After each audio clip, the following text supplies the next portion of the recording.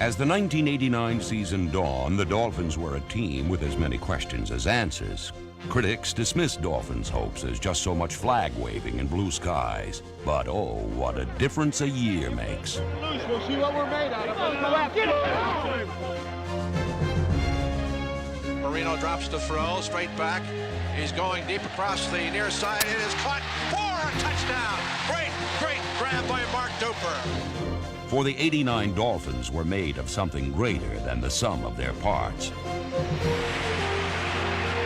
Logan will grab it at the 4, straight out to the 5, the 10, the 15 to the 20, 25 to the 30. Beats one, he's in the open. Here's 50. He's at the 40, 35, 30, down to the 20, the 10, down to the 5, and a touchdown. But Logan really goes. I mean, he smokes him. Great grabs and dynamic dashes were de rigueur, but only a subplot in the Dolphins' tale. The real story in South Florida is one of a team's coming of age, with a bevy of bruising young defenders and hardcore hitters. Young players like Louis Oliver,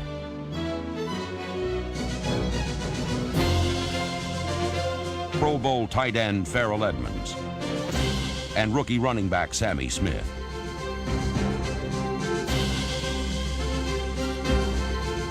The '89 Dolphins lacked neither courage nor pride, guts nor grace, as their season was nothing less than a prelude to glory.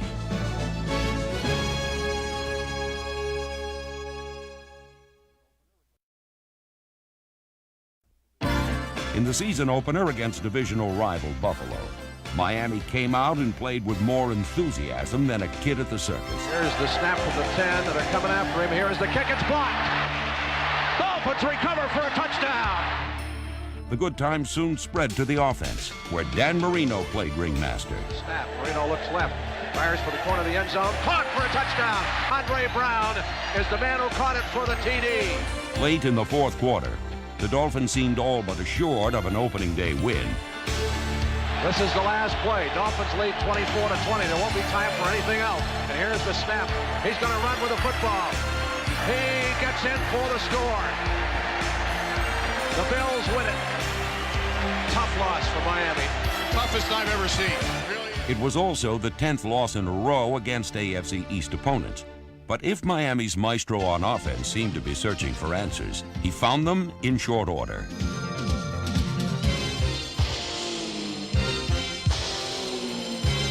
Marino's third touchdown pass of the day gave him 200 TDs, faster than any quarterback in history, as the Dolphins won 24-10. But it was the emergence of number 91, Jeff Cross, as a first-class pass rusher, which may have been the day's best news. Cross collected 3 of the Dolphins' 7 sacks against New England, and he didn't stop there.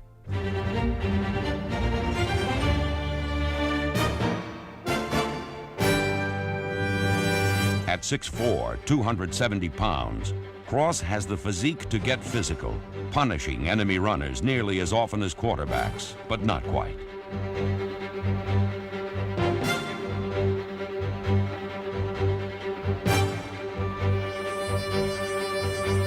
Cross led the team in quarterback sacks with 10, and is the driving beat powering the Miami Pound Machine.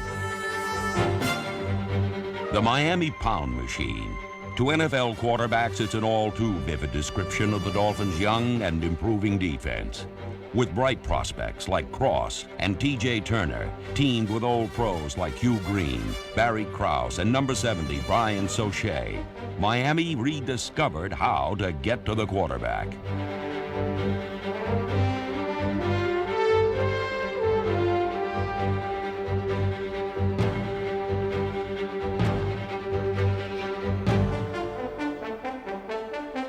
Despite missing the first 6 games of the season, it didn't take linebacker John Offerdahl any time at all to work out the kinks and rediscover the joy of hitting.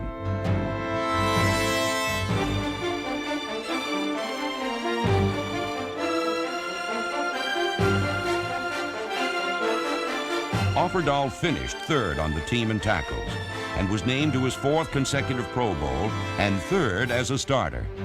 And while his ticket to the Pro Bowl was bought at the expense of opponents whom he made pay, he was by no means the Dolphins' only big hitter.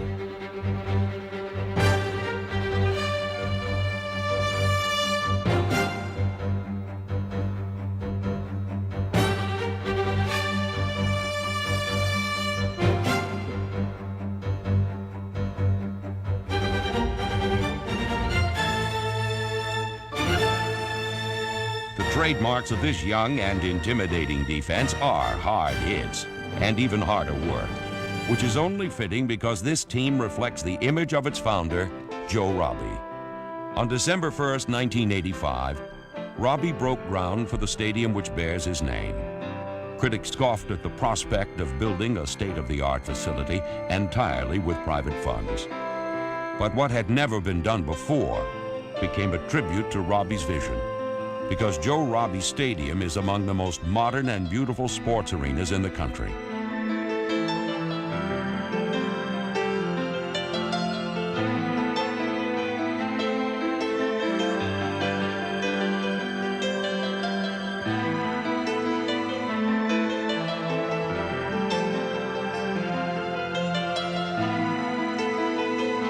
Those who knew Joe Robbie knew he never feared being first.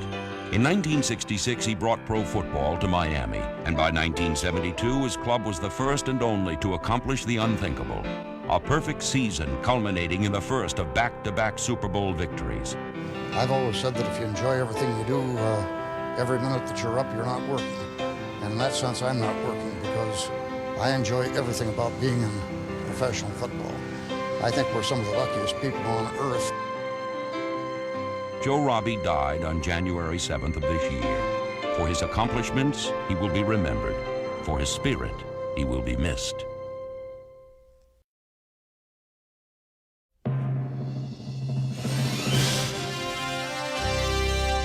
Reggie Roby was selected as the AFC's Pro Bowl punter for the second time by pinning opponents deep in their own territory with his accurate right foot.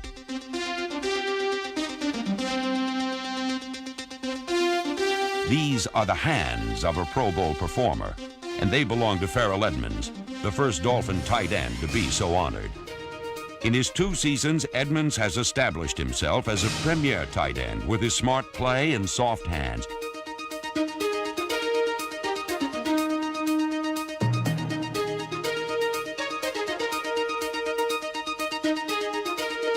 Here is the quick drop.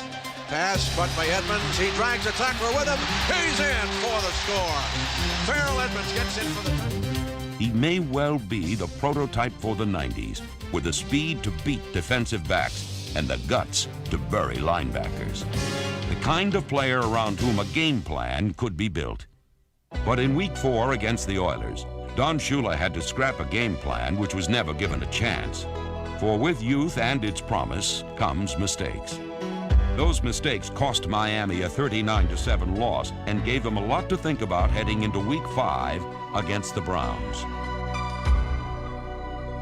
Sporting a 1-3 record, the Dolphins needed a win against playoff-bound Cleveland. But while Bernie Kosar came back to his old college town, it was the Dolphins' defense which went to town.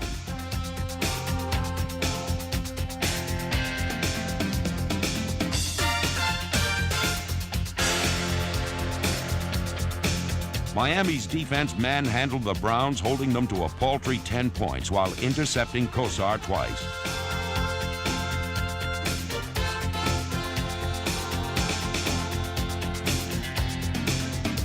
On offense, Dan Marino provided the spark with a 35-yard piece of perfection to Mark Duper. Yet at the end of regulation, the score was tied at 10. And the Dolphins would call on rookie kicker Pete Stoyanovich to rise to the occasion. Buell says, are you ready? The snap, good snap, set down, the kick is up. This time it is good! And the Dolphins win it 13-10. 8:32 left to play in the overtime. So the Dolphins upset the Browns 13-10. The next week, Miami traveled to the jungle, where the Bengals hadn't lost in 12 consecutive games. That streak would not reach 13. 3rd down and goal at the 1-yard line. All the blockers set inside up front. Here's Marino, bootlegs. He runs. He gets into the end zone for the touchdown. Dan Marino's first rushing touchdown in 2 years was the difference. as Miami evened its record at 3-3 with a 20-13 win over the defending AFC champions. Miami's offensive line has made a difference for 8 consecutive years. For each of those years, the Dolphins allowed the fewest sacks in the NFL. Harry Galbraith, Jeff Dollenbach, Roy Foster, and rookie Jeff Uhlenhake are the very best in a very brutal business.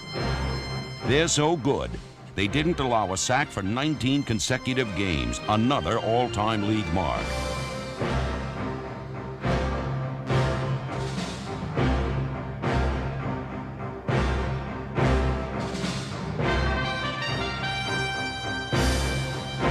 It is from behind this immovable object of strength and sweat that the NFL's most irresistible object is launched.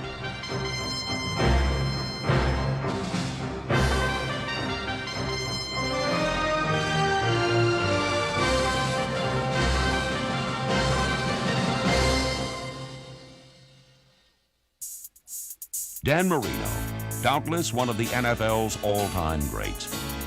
In '89, he ranked first in the AFC in both completions and passing yardage. Marino now holds virtually every Dolphin career passing mark.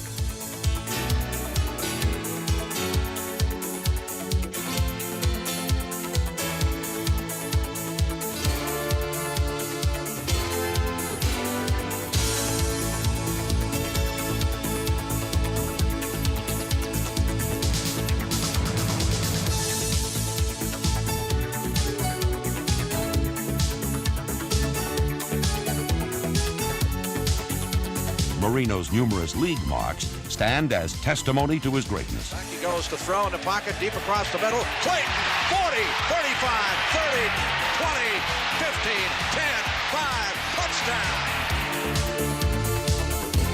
But records stand in books, while Marino the man stands in the pocket. And no one stands there taller or makes miracles happen with more regularity. Marino in the shotgun, everybody coming, steps in the pocket. He's throwing it deep down for the corner of the end zone. Up they go. The ball is tipped in the air. It's caught for a touchdown. That was unbelievable. Let's see if they go for the Hail Mary. Marino back to throw. He steps up in the pocket. He heaves it down in the end zone. Up they will go for it. It's tipped in the air. It's caught for a touchdown. Holy Toledo. A miracle worker? Well, maybe. But one thing is certain. It will be years before anyone resembling Dan Marino appears in the NFL. There's no mistaking who Dan Marino's big play receiver is. Mark Clayton led the Dolphins in receptions for the 3rd time, snaring 64 for over 1,000 yards. Throw has time, goes for the corner of the end zone. It is caught. Touchdown, Mark Clayton. Marino, the shotgun, throws for the corner of the end zone. Clayton, touchdown! Marino on the snap, drops to throw, fires in the end zone, caught for a touchdown! Mark Clayton.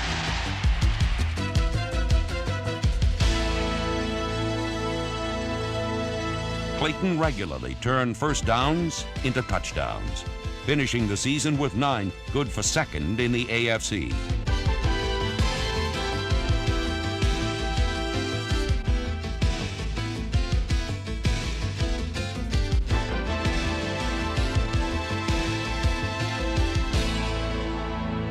While Clayton can usually be spotted from the end zone, one has to follow the ball to spot Miami's specialist in versatility.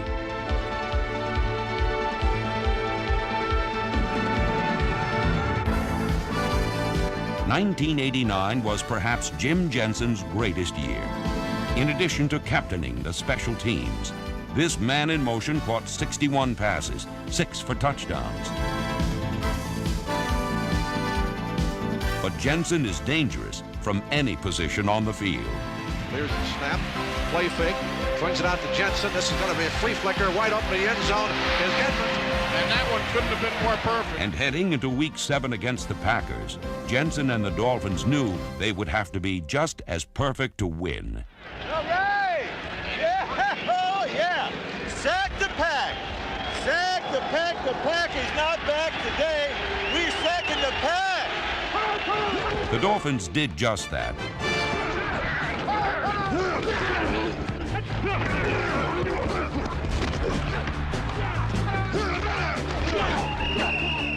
while Dan Marino rolled up over 300 yards passing, including 2 scores.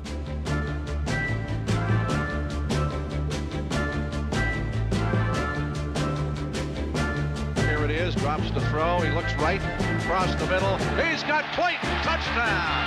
Clayton took it right away for Mark Murphy, the strong safety. Good job, Dan. Way to go, Mark. Good catch, man.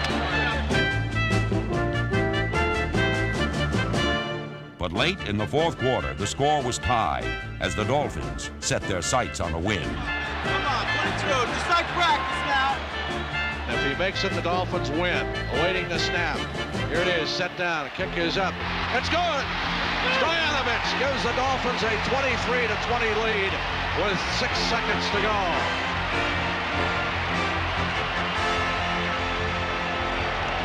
Congratulations, Don. Good luck to you the rest of the way. The way we lost the first couple games, it was devastating. I mean, I was just so happy. I mean, it was just great to see it go through, and that's all I was looking at, was through those goalposts. In Week 9, the Dolphins stood at 4-4 and went trolling for a win against rival Indianapolis. It was no contest.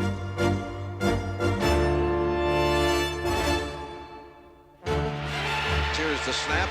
He looks, he fires. It is caught into the end zone for a touchdown. Goes Andre Brown. Wide receiver Andre Brown tied a Dolphin record for touchdown receptions by a rookie, a record he would break 2 weeks later. But in the interim, the Dolphins found themselves on the wrong end of a rout in Week 10 against the Jets. Coach Shula had cause for concern, but then he also has Dan Marino and the league's most explosive offense.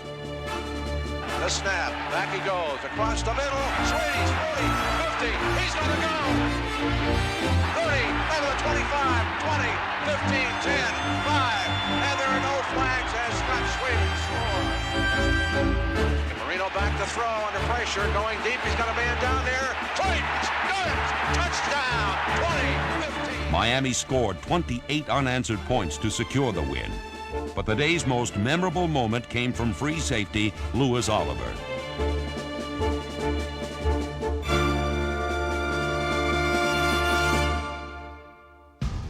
Opponents were wise to flinch at the sight of number 25, Louis Oliver, and strong safety Jarvis Williams, for they play with a soaring spirit that sends bodies flying.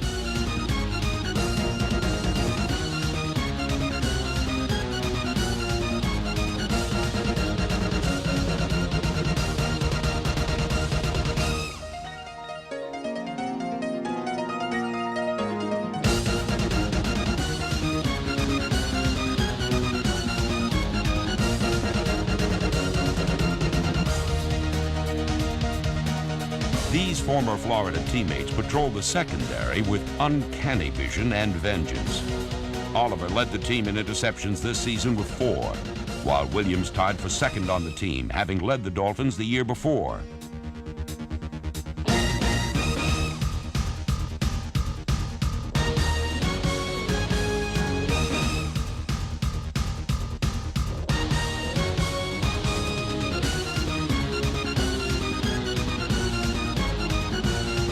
Young and aggressive, the B-2 Bombers are going to shut down enemy passers' airways for many years to come.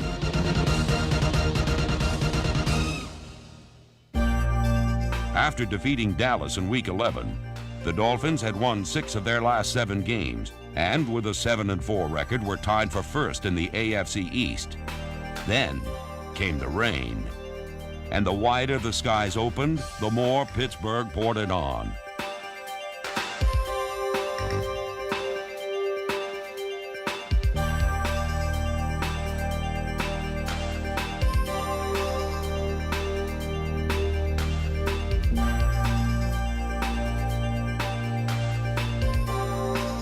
The Dolphins dropped 4 of their last 5 decisions in '89, but one decision was decidedly brighter, and that was drafting a native son in the first round.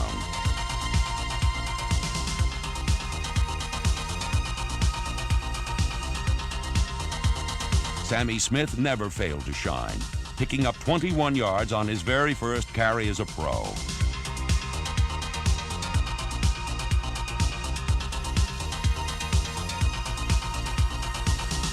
with the speed to go outside and the heart to go over the top, few things will stop this young and rising star.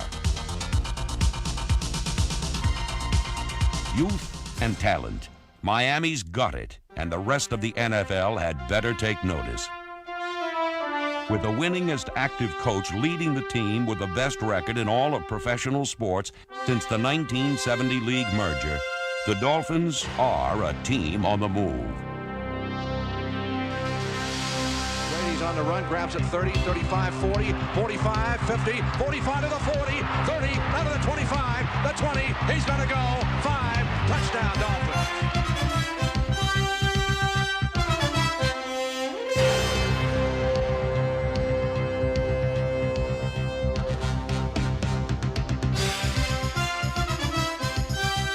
'89 was a season of consistent improvement for the Miami Dolphins. Their equation for success was a special chemistry of old pros with shining pasts and young Turks with bright futures.